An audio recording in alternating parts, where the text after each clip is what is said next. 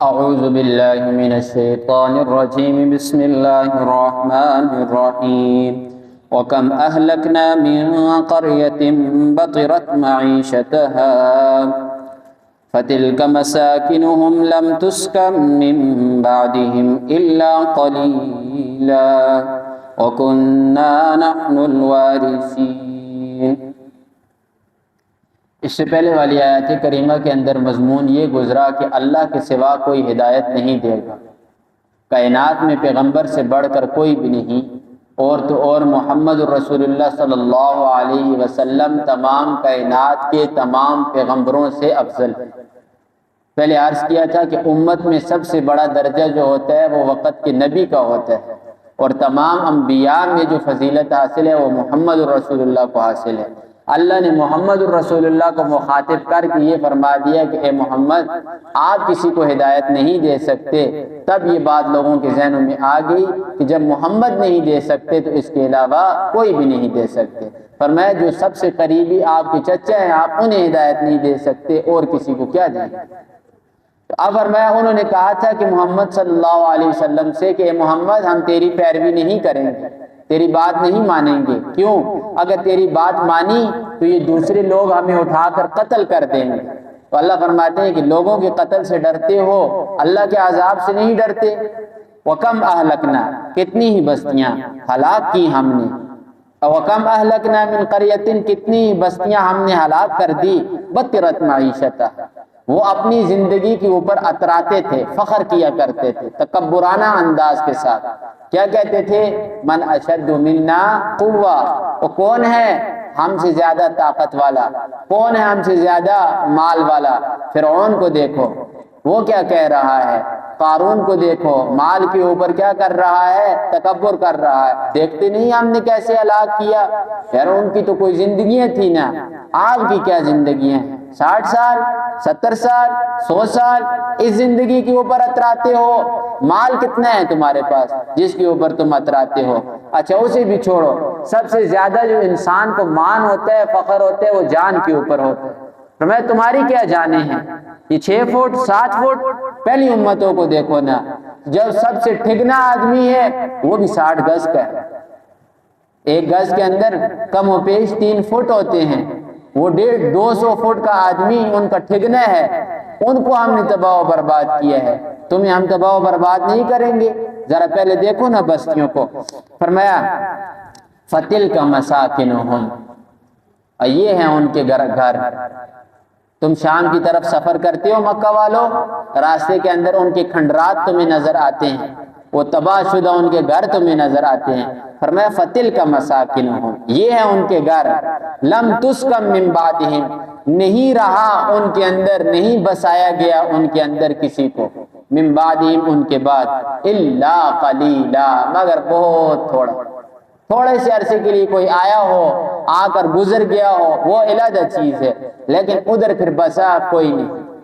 رسول اللہ صلی اللہ علیہ وسلم جب ادھر سے گزرتے شام کے سفر کے لیے تو فرماتے لوگوں جلدی جلدی یہاں سے نکلو، یہاں سے جلدی جلدی نکلو۔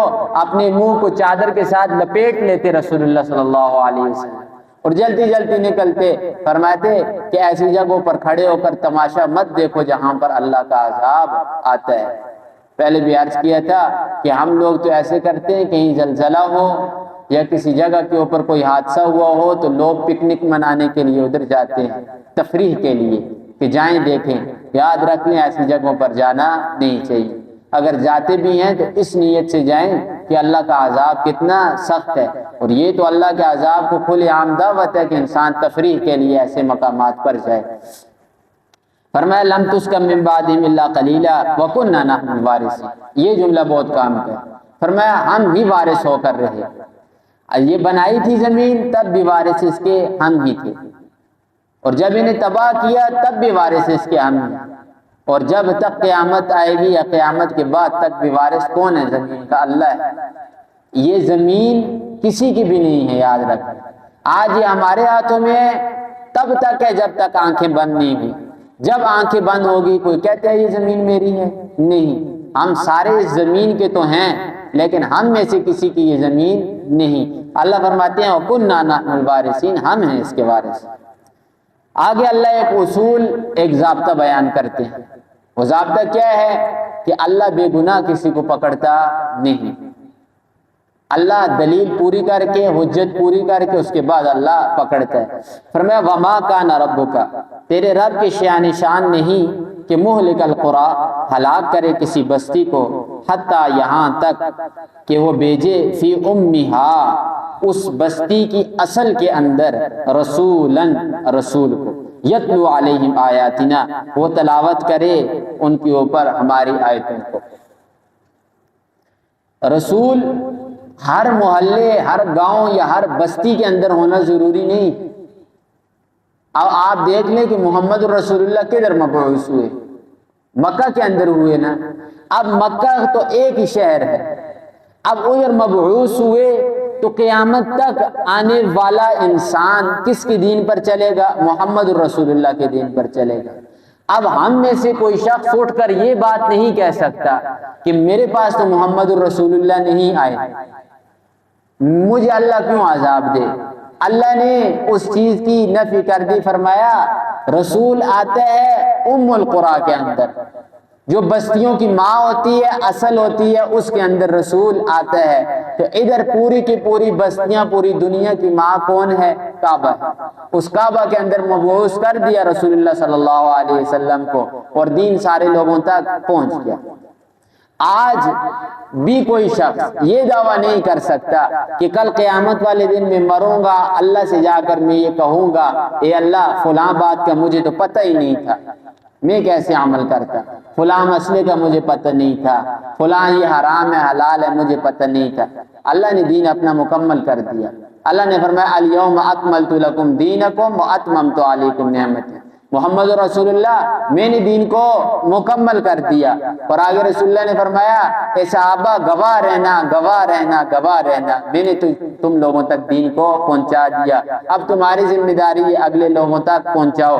آج 1450 سال گزر چکے ہیں، دین مکمل ہمارے پاس پہنچا ہوا ہے کہ نہیں پہنچا ہوا؟ اب یہ علیحدہ بات ہے کہ کوئی شخص گھر کے اندر سو جائے اور کہے کہ مجھے کسی بات کا پتہ نہیں، تو اللہ اس عذر کو قبول نہیں کریں گے۔ فرمایا بستی کی جو جڑ ہوتی ہے، اصل ہوتی ہے، اس کے اندر رسول کو اللہ بھیجتے ہیں، یتلو علیہم آیاتنا، وہ رسول تلاوت کرتے ہیں ہماری آیتوں کو۔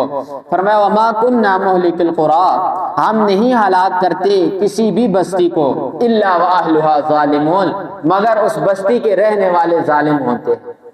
جب بھی ظلم انتہا سے بڑھ جاتا ہے، اللہ نے جو حدیں رکھی ہوئی ہیں لوگ ان حدوں سے آگے بڑھ جاتے ہیں، تب اللہ عذاب بھیجتے ہیں۔ اللہ نے اس سے پہلے بھی اور نہ ہی اس کے بعد کبھی بھی اللہ ایسا نہیں کرتا کہ کسی کو بلا وجہ عذاب بھیج دے۔ لوگوں کی حرکتیں، لوگوں کے اعمال اس حد درجے تک پہنچ جاتے ہیں، اس کے بعد عذاب آتا ہے۔ آج اگر اس دور کے اندر اللہ کی طرف سے عذاب آئے تو کیا خیال ہے آپ کا؟ یہ ناجائز آئے گا؟ بالکل حق کے اوپر آئے گا۔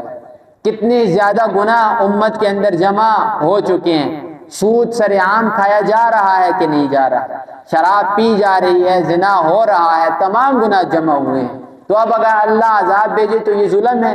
نہیں۔ فرمایا جب اللہ عذاب بھیجے گا وقت وہی ہوگا جو اللہ کو منظور ہوگا اور بستی والے ظالم ہوں گے۔ اللہ کا خوب فیصلہ ہے۔ فرمایا وما كنا معذبین حتی نبعث رسولا، ہم اس بستی کو کبھی بھی عذاب نہیں دیتے جب تک کہ کوئی بات پہنچانے والا ہم اس تک نہ پہنچا دیں۔ بات پہنچتی ہے، جب بات کا انکار ہوتا ہے تب اللہ عذاب بھیجتے ہیں۔ فرمایا کس چیز کے اوپر اتراتے ہو؟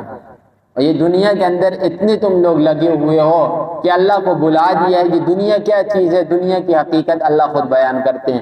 اللہ فرماتے ہیں وما اوتیتم، جو کچھ تمہیں دیا گیا ہے، من شیء، کسی چیز میں سے، کوئی چیز دنیا کی ادنا ہے یا اعلیٰ ہے، جو کچھ تمہیں دیا گیا ہے، فرمایا فمتاع الحیات الدنیا، یہ دنیاوی زندگی کا سامان ہے۔ یہ متاع کا ترجمہ میں نے آپ کو پہلے بھی ایک دفعہ عرض کیا تھا کہ متاع کہا جاتا ہے اس شوڑے کو جس کے ساتھ برتن دھوئے جاتے ہیں۔ اس کا ترجمہ خلیل نے کیا تھا. خلیل عربی زبان کے اندر بہت ماہر تھا. اس نے اس کا ترجمہ ڈھونڈا تو ایک دیہات کے اندر اس لفظ کا ترجمہ اسے ملا. کہا متا کسے کہا جاتا ہے؟ متا ایک کپڑے کو جس کے ساتھ برتن دھوئے جاتے ہیں. فرمایا یہ پوری کی پوری دنیا اور اس کے اندر جو جو چیزیں ہیں اس کی مثال ایک شوڑے کی ہے. شوڑے کو آدمی کس لیے استعمال کرتا ہے؟ برتن صاف کیے پھینک دیے. اور یہ بھی دنیا کا یہی معاملہ ہے. 70 سال گزارے نہ پھر دنیا کا پتہ نہ انسان کا پتہ. وہ ہو گیا اگلے جہاں کے اندر ادھر کے معاملات شروع ہو گئے. فرمایا فمتاع الحیات الدنیا وزینتها، یہ ساری کی ساری چیزیں صرف اور صرف دنیاوی خوبصورتی کے لیے. آج آپ کی سانس ہے تو گاڑی بھی آپ کو فائدہ دے گی، بیوی بچے بھی فائدہ دیں گے، لوگ بھی آپ کو فائدہ دیں گے. جب آپ کی سانس ختم کسی چیز کا کوئی فائدہ آپ کو ہے نہیں. اللہ فرماتے ہیں یہ ساری کی ساری دنیا کی حقیقت ہے. وما عند اللہ، اور جو کچھ اللہ کے ہاں ہے، خیر، وہ بہتر ہے، وابقا، اور باقی رہنے والا ہے. وہ جو زندگی ہے نا جنت کی زندگی، وہ بہت ہی بہترین ہے اور وہ باقی رہنے والی ہے. ادھر اگر 1000 سال عمر مل جائے وہ بھی ختم ہونے والی ہے، تو ادھر تو کوئی کسی قسم کے ختم ہونے کا ڈر نہیں. اور خیر، بہتر ہے. بہتر کس طرح ہے؟ تو اللہ خود فرماتے ہیں اعددت لعبادی الصالحین ما لا عین رأت ولا اذن سمعت ولا خطر علی قلب بشر. فرمایا میں نے اپنے بندوں کے لیے ایک ایسی جنت کو تیار کر رکھا ہے، کسی آنکھ نے اسے دیکھا نہیں، کسی کان نے اس کے بارے میں سنا نہیں، اور کسی دل کے اندر اس کا خیال پیدا نہیں ہوا. میں نے تو ایسی جنت تیار کر رکھی ہے. فرمایا افلا تعقلون، لوگوں کیا تمہارے پاس عقل نہیں؟